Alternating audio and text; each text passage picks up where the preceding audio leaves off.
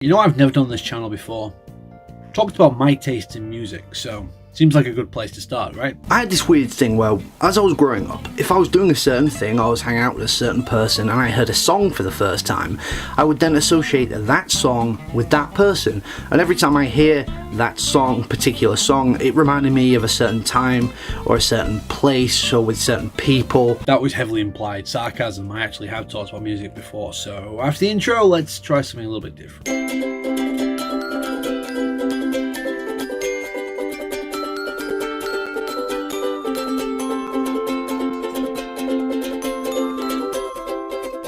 So as the previous videos on the subject that I've created show, I am into a lot of different type of music, which is unsurprising. Your average person is not generally tied down to one genre. They can appreciate several different types. While conducting a bit of research for this video, the research, by the way, that I never ended up using, I did come across a website that listed over 340 different genres and subgenres of music. I suppose for the sake of it, if I had to name something that I listen to now that I didn't listen to back when I created those videos, there's an artist on YouTube called The Fat Rat. You may notice that many videos I create for Matt to the Mum Dave, my own channel, for this channel, all have backing tracks, which are like this.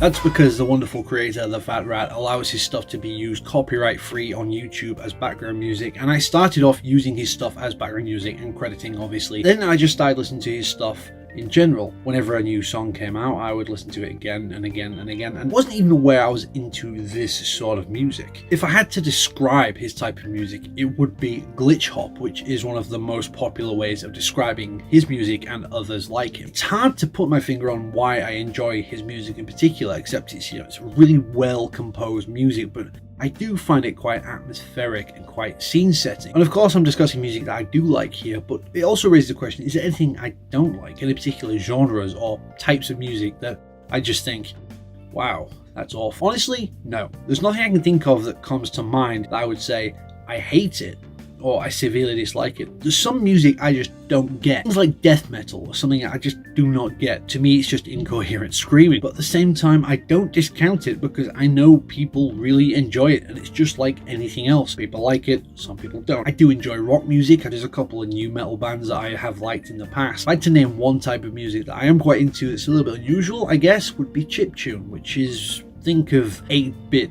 games consoles of the time or home computers. Because nostalgia is such a big part of who I am, I think chiptune just sort of goes hand in hand with that, really. I wish I could sit here and give you some deep philosophical analysis about what music means to me and how it's a huge part of my life, because it's not. It is a part. It exists in my life at some point, but it's not something I make time to do every day. I suppose the only time in which music becomes more important to me is when I'm trying to manage my anxiety. Sometimes I just have really bad days where I'm overwhelmed or so stressed or something that it triggers it to the point where I can't function as a human being until I've calmed down. Meditation helps, but also certain types of music and certain playlists help. Like the Breath of Fire 4 soundtrack is really good at calming me down. That has roots in nostalgia because I played it when I was growing up and I absolutely loved it, and it's a thing that really stuck with me. And it also gave me a deeper appreciation of panpipes, which is something that I suppose is also a little bit unusual, but you can have some truly amazing pieces of music made with panpipes.